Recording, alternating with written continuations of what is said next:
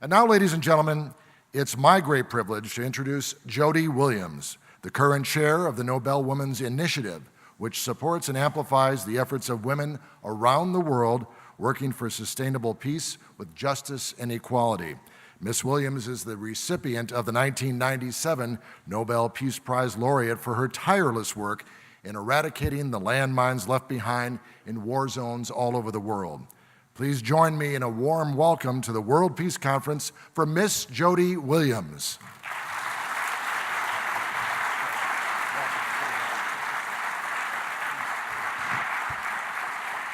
Thank you. Unfortunately, it is very hard to see you because of those hideous lights right in my face. And I actually like to see the people that I'm talking with. Hi. I have 25 minutes, and people are supposed to yell, "Shut up, Jody," when I'm 5 minutes before the 25. Since I don't speechify with a piece of paper, I can roll for a long time. Thank you to the Rotary for having me here. I generally am interested in things related to peace, but not always, I must be honest. But it's also very personal that I am here, and it has to do with Al Jubitz. Where are you, Al? Stand up, Al. Al invited me to speak at a peace conference some years ago, and when Rotary was looking at working on peace, and that just made me phenomenally happy. And I love Al Jubitz, even though we don't know each other that well. Every time he calls and says, "Jody, will you come talk?" I can't say no to Al. So thank you, Al. I'm going to be I'll try to be brief. There are different kinds of peace. Some think peace is just the absence of armed conflict, as we have heard. I don't believe that in the least, and I know that Rotarians don't, because I heard different speakers talking about that. But it isn't enough to think that it is the absence of armed conflict. It is fundamentally necessary, as we have been hearing here, to act. Caring about issues without taking action to change the things that you think are wrong is absolutely irrelevant. It is a complete waste of emotional energy. If you care about something and do nothing, you only disempower yourself. The way to feel empowered about the possibility of a positive future is to join with others to bring about action for change. And it has to be change for everyone, even the people we do not like. Yes. Otherwise, it's like a political party.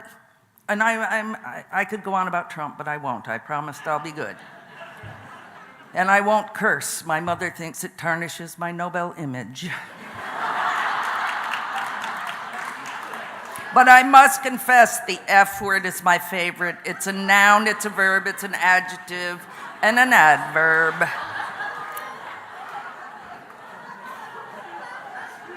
But think about our own country, and we can think about other countries, but just quickly, look at the politics in this country for now decades, and the increasing polarization, and that's because it's slash and burn politics.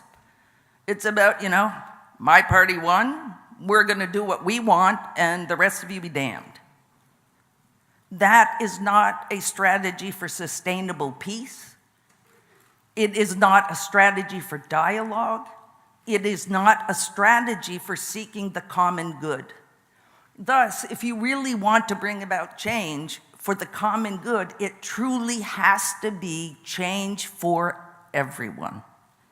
And sometimes that is hard. I do not like many people. I'll be bluntly honest. Just because I got the Peace Prize, I did not become Mother Teresa. Not even close. She's now sainted. I was raised Catholic, but I left the faith. Although I did meet the Pope, and he is one hell of an activist. He's an awesome dude, I have to say.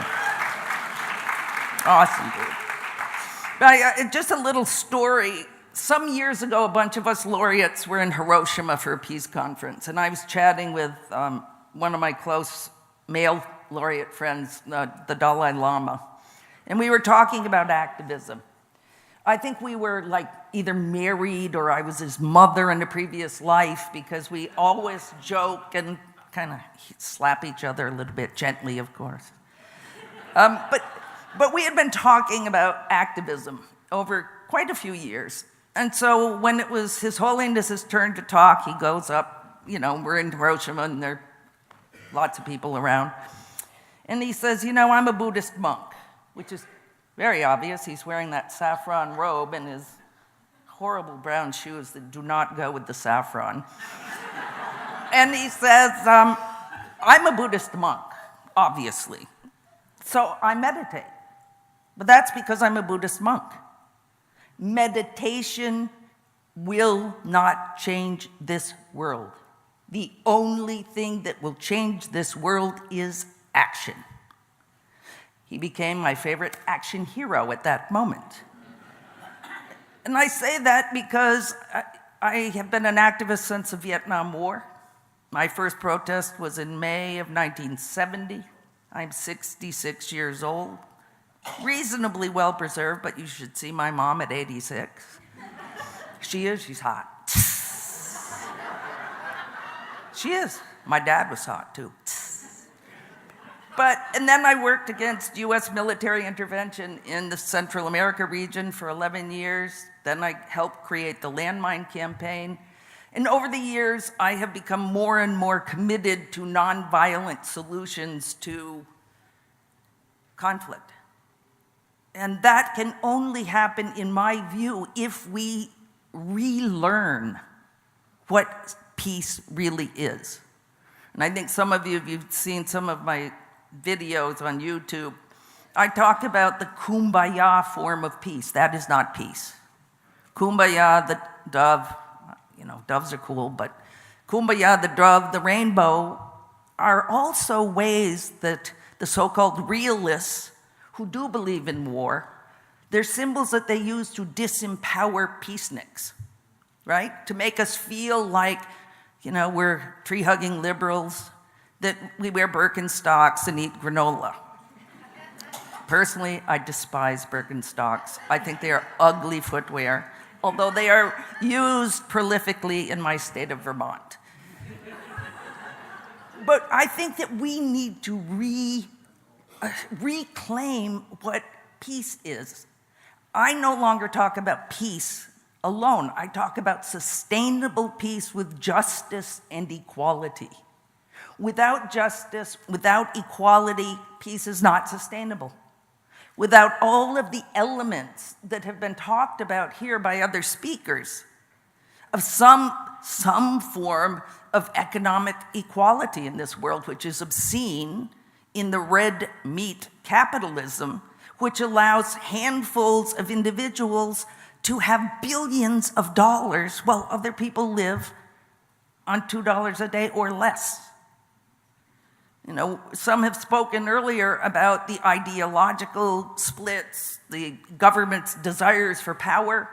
Let us not omit global corporate greed. Let us not omit the teachings in MBA programs around this country and the world that the most important thing is how much money you can return to the shareholder. Gone are the days, in many instances, where corporations, companies, businesses were part of the community and recognized their place in the community. If we do not also address globalized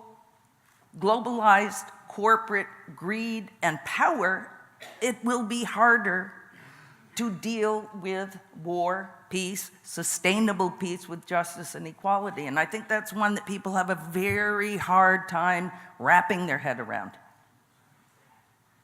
Corporations are given, prominence and preeminence in this country. It is no longer we the people, it is we the corporations. We have to tackle those issues head on if we truly want to change the world. And that doesn't mean that corporations are uniformly evil. But did this die because I was talking about corporations? No, no, no, no, no. But I think that part of our peace activism has to be going to university programs and talking about the role of business in society and in the world and what it is doing to the world. I want to especially speak out to the young people because I work a lot with an organization called PeaceJam, which helps young people understand ways to participate in creating peace. So I'm thrilled there are 200 of you here, and I hope I get to see you. Maybe in a breakout session tomorrow. I'm yapping again. But even though we keep saying that we're thrilled that you're here, and we are thrilled you're here, and that you are the hope of the future, that does not absolve us old bats from our responsibility to be active citizens throughout our entire lives. We cannot now step back and say, cool, the young people are here, let them have at it, we've made a mess. We all are responsible for the world we live in and the world we want to live in. I think it was the university president when he spoke who quoted Kennedy talking about, active citizenship and being committed to your country for your whole life. Committed as an active citizen. I would like to take it bigger than that, and in my work, that's what I do. I believe we have to be committed citizens of the world today. It isn't enough.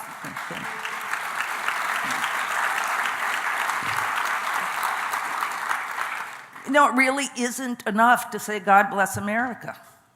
It's a great place, but it's not all that it says it is, as we know, and it's getting worse currently. I'm not going further than that. If we really want global security and global sustainable peace, we have to think as global citizens, not just making our own community good, not just making this country what it says it is, and hasn't been, in my view, since the genocide upon which it was born. And we are not, people don't like to hear that, but when the white settlers came here, it was genocide. If that happened in today's world, it would be called exactly what it was. We killed off Native Americans and stole the land, period, genocide.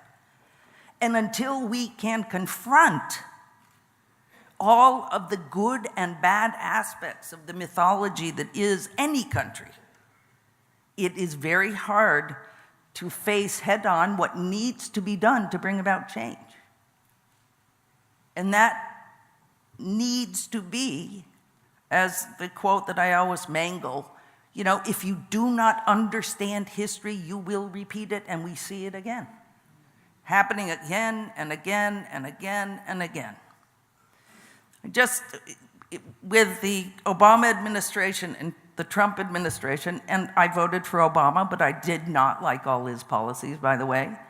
In his first few months in office, he ordered more drone strikes in areas where we were not at war, which is extrajudicial execution, which is illegal under international law, than W did in all 8 years in office, which is pretty shocking if we think about peace. However, give me Obama anytime. But what we see too is, look at what happened under Obama and the changes, especially near the end, the positive environmental changes, because it was not bipartisan.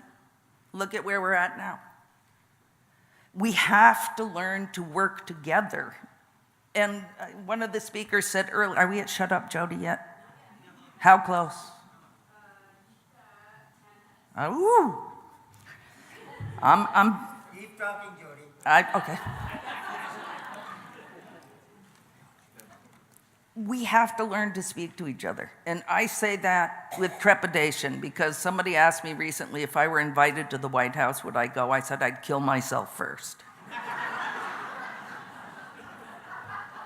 I'm not going to lie, but I will. I'm not going to lie. Lying is bad. Lying bad. Bad. I went to confession as a child that traumatized me for my entire life. But I do think that it is important to talk to people who did vote for the other side, whichever side one voted for, to understand the base reasons. And I don't mean base as in bad, as in voting for Donald. I mean, what were the fundamental needs that you thought your candidate was going to address? And if we don't understand that, how can we change our own country, which many in the world see as, an important leader, diminishing under Mr. Trump because he doesn't have a foreign policy, which is terrifying to everybody. But we need to, as active citizens of our country and the world, we need to make decisions about how we're going to act to change things. My view would be if you're in a candidate's running for office, you go to his on his campaign trail, the speeches. You can see I never go. If you go to those, though, and they start trashing the other person instead of talking about their plans for the future, get up and walk out. We're partly responsible for what we are seeing because we take no action to make it different. The only way to change these people is to get up and walk out on either side. I don't care if it's Hillary or Donald or any of the others who ran. If they're talking trash, instead of talking positively about their own program, leave. I believe in leaving. It makes a very big statement. I will now switch to the young people again. I think people also think the world is such a mess that it's impossible to contribute to change. Not so. I'm a pessimistic optimist. No, I'm an optimist. Wait, what am I? Let me think. I'm confused. I'm an optimistic pessimist. I do believe the world sucks at the moment, and many times throughout my life. However, I know change is possible because I have lived it, especially with the landmine campaign, where we started with 2 NGOs, staff of 1, moi, and we grew to 1,300 NGOs around the world, partnered with good people in governments around the world who believed what we did, that landmines should be banned, and we changed the world. It can happen. Don't waste my minutes on clapping. But I say that to say that no one person changes the world. It happens because we join forces with people who share a similar vision on whatever issue it is that you care about. It is impossible to fix everything. Sometimes I think people are like, well, if I can't create peace tomorrow, it's pointless. That is wrong thinking. If you pick an issue that you care about so much that you can't not do something about it, it burns in your guts and brings up your righteous indignation at whatever the injustice is that grabs your heart and soul, and you join with people working on that issue, you will contribute to peace. Imagine if every single person found that issue and volunteered a few hours a week with a group working on it. Imagine this world. When we created the landmine campaign, we didn't think we were going to create world peace overnight, for God's sake. But we knew that if we could accomplish something with the campaign, we would at least be helping victims around the world. We would be bringing awareness to militaries that they were no longer going to get a blank check about whatever weapons they wanted to use to kill people, mostly civilians today. It is doable. I started out as a volunteer. February of 1981, I was a full-time teacher. I was walking to a metro stop in DC on my way home to Virginia, and a scruffy hippie type person shoved a mimeographed pamphlet in my chest, so I had to take it. Only us old people know what a mimeograph is. The ink would rub off on your hand. And I'm looking at the red ink on my hand, and I'm feeling a little pissed off. And I was going to throw it away when I got near a wastebasket. But then I looked, and it said El Salvador, 5 minutes? You getting ready for the 5 minutes on there? Okay. El Salvador, another Vietnam. Because of Vietnam and my first protest, I was like, what? What does El Salvador in Central America have to do with Vietnam? And I was so freaked out that I decided to go to the meeting in the church basement announced a week hence. I hate meetings in church basements. I'm an introvert, especially, that does not mean you cannot speak in public, especially going where you don't know anybody, and I figured it'd be like 12 hippies. And it was 12 hippies. So I took the folding chair nearest the door so that I could flee if it was ridiculous. But then I listened to this young man from El Salvador talking about what was being done in our name to kill the people of El Salvador and keep a dictatorship in place. They passed around a volunteer sheet at the end. I signed up, and the rest is history. I got the Nobel Prize, and my parents got off my back.